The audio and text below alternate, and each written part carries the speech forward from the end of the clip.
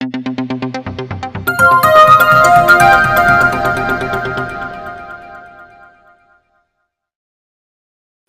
दोस्तों, जय महाराष्ट्र। जागो इंडिया जागो में आपका फिर से एक बार हार्दिक स्वागत है।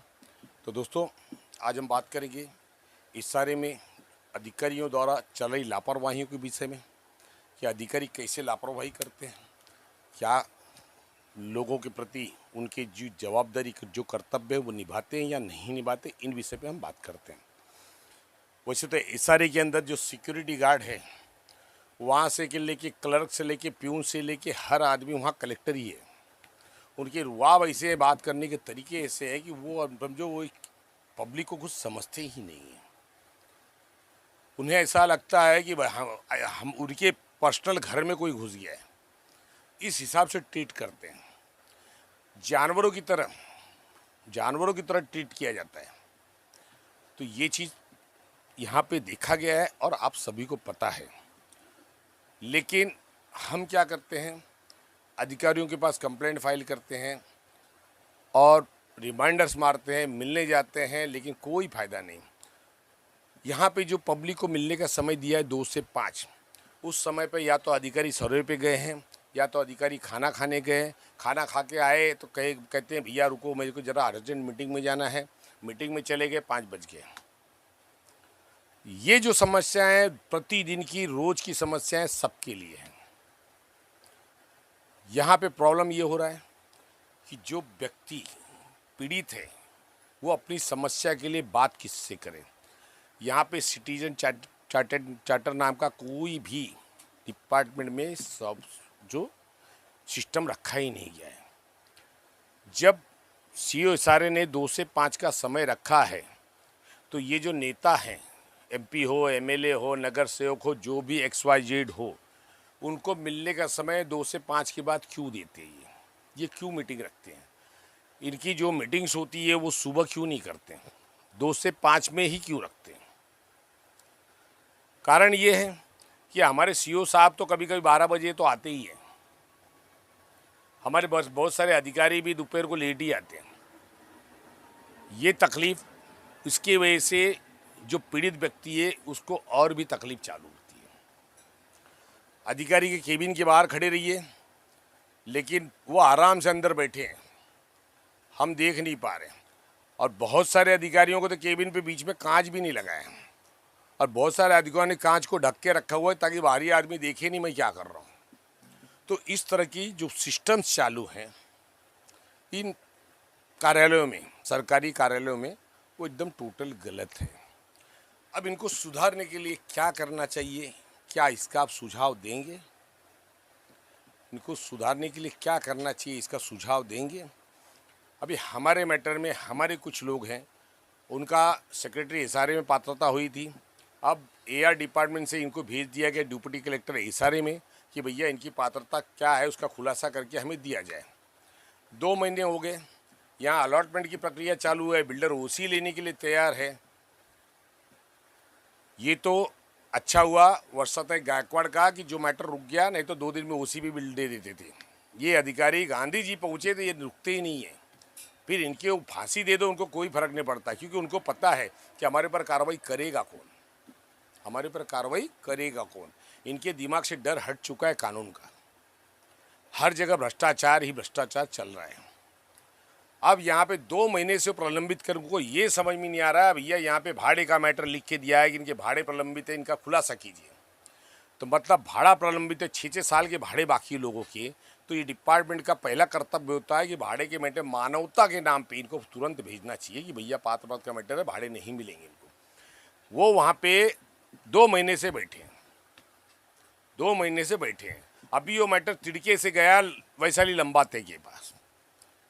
अब लंबाते के यहाँ पे गए, लंबाते के पास में 2-3 बार मिली नहीं। आज मैं गया तो वो पता चला खाना खा रही। तो मैंने ठीक है, हम 15 मिनट रुके। 15 मिनट के बाद वैशाली लंबाते बाहर आई, उनकी कोई एक फाइल आई थी, वो फाइल ली, अंदर गई। उसके बाद फिर 2-3 मिनट में बाहर आई और सीधा निकल गई। ये भी नहीं पूछी कि आपको मिलना था, क्या काम था, कुछ नहीं। मतलब उनको पब्लिक के काम से मतलब ही नहीं है, पब्लिक के काम से कोई मतलब नहीं है। वो गई नीचे। अब वहाँ पे जो सिपाही है, अरे आप लोग यहाँ मत खड़े रहिए, वहाँ मत खड़े रहिए। अरे भाई साहब, मुझे एक बात बताइए, जब मुझे प्यास लगेगी तो कुएं के पास ही आऊँगा ना, क्या समुंदर में जाके डूबूंगा? ये समझ में नहीं आता है कि यहाँ पे जितने हैं सिपाही से लेके सब अपने आप में कलेक्टर ही है। सब अपने अपने हिसाब से लोगों को समझाते हैं, अपने अपने हिसाब से लोगों को डराते हैं। तो ये चीज़ें यहाँ पे चल रही है सारे में। अब आप बताइए, 2 महीने से फाइल पेंडिंग पड़ी है, जबकि सरकार के रूल के हिसाब से 7 दिन ज़्यादा किसी भी अधिकारी की टेबल पे नहीं होनी चाहिए, लेकिन इन्हें कोई फर्क नहीं पड़ता है। अब यहाँ पे हमारे एक सब्सक्राइबर है महेंद्र यादव जी, उन्होंने कमेंट किया है कि इनके यहाँ पे बिल्डर ने भाड़े के चेक या डीडी कुछ जमा किए थे, शायद चेक जमा किए थे एआर डिपार्टमेंट के पास।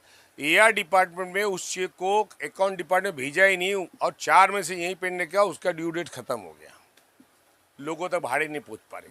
मतलब कितना सीरियस मैटर है, मतलब बताइए कितना सीरियस मैटर है। क्या ऐसे अधिकारियों पे डिसिप्लिन एक्शन लेना चाहिए या नहीं लेना चाहिए? तो ये चीज़ यहाँ पे चल रही है।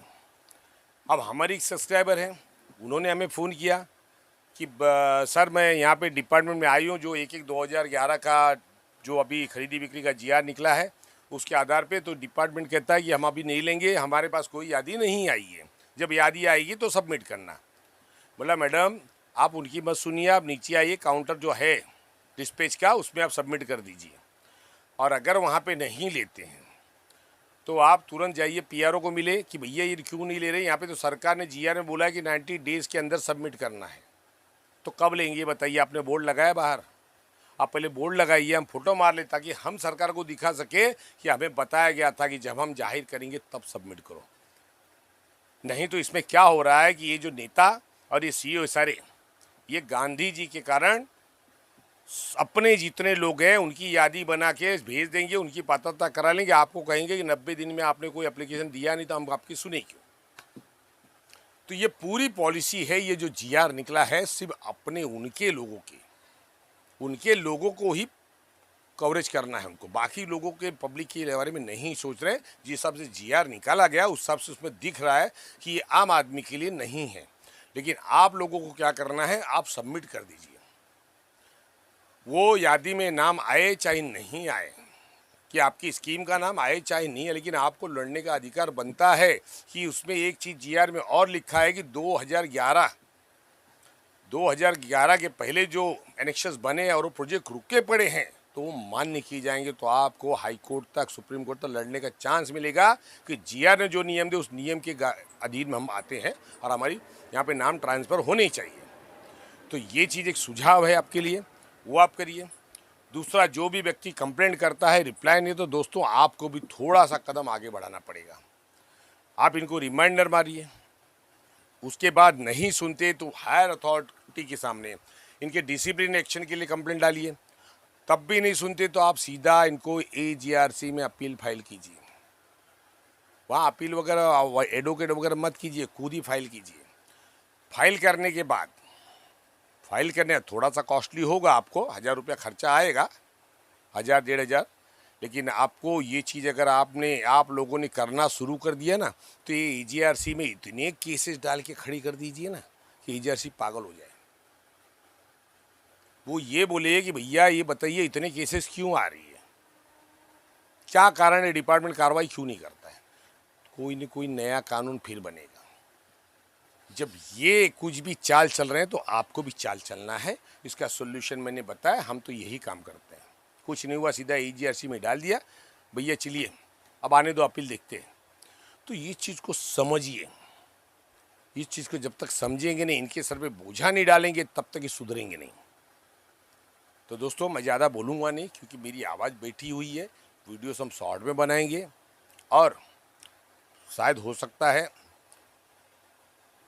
ये जो भी मैं सुझाव दे रहा हूँ, ये सुझाव देने के बाद शायद हो सकता है कि कोई एक अच्छी रोशनी, एक अच्छी किरण सामने आए, ताकि हमारे लोगों को काम, जो भी पीड़ित है उनके काम होने चालू हो जाए। क्योंकि जब तक इनके सर पे बोझा नहीं डालेंगे तब तक ये सुधरेंगे नहीं। तो इनके अपील पे अपील, जैसे हम RTI में क्या करते हैं, हम एक एप्लीकेशन डाल दिए, एप्लीकेशन डाल के जैसे इन्होंने नहीं दिया, हमने फर्स्ट अपील, सेकेंड अपील, जब सेकेंड अपील जब आती है तो ये अधिकारी हिलने चालू हो जाते हैं। अरे सर क्यों जा रहे हैं, ख़त्म करो मैटर को, आपका क्या काम है। ये आपने नहीं देखा होगा, लेकिन हमने देखा है, हमारे जैसे जो आरटीआई एक्टिविस्ट को पता होगा, और शायद आप में से भी कुछ लोगों ने देखा होगा। तो ये कार्य करिए, और उसी में जब आप यहाँ पे एजीआरसी जाना चालू करेंगे तो अधिकारियों की पोल खुलना चालू होगी कि अधिकारी क्या कर रहे हैं, तब न्याय मिलने की संभावनाएं आएगी। मैं भी खुद 2-4 मैटर में अपील लेके जाने की तैयारी कर रहा था, तब तक यहाँ वर्षा गायकवाड़ जी ने इनके ऊपर डंडा गिराया है, और उसकी वजह से मुझे थोड़ा समय मिला है। अब मैं भी अपनी तैयारी कर रहा हूँ, और जैसे ही ये मैटर में कुछ भी इधर उधर होता है, मैं सीधा एजीआरसी पहुँच जाऊँगा। तो दोस्तों, वीडियो को विराम करते हैं। बने रहिए जागो इंडिया जागो के साथ में। मिलते हैं नेक्स्ट वीडियो में। धन्यवाद। जय हिंद, जय महाराष्ट्र।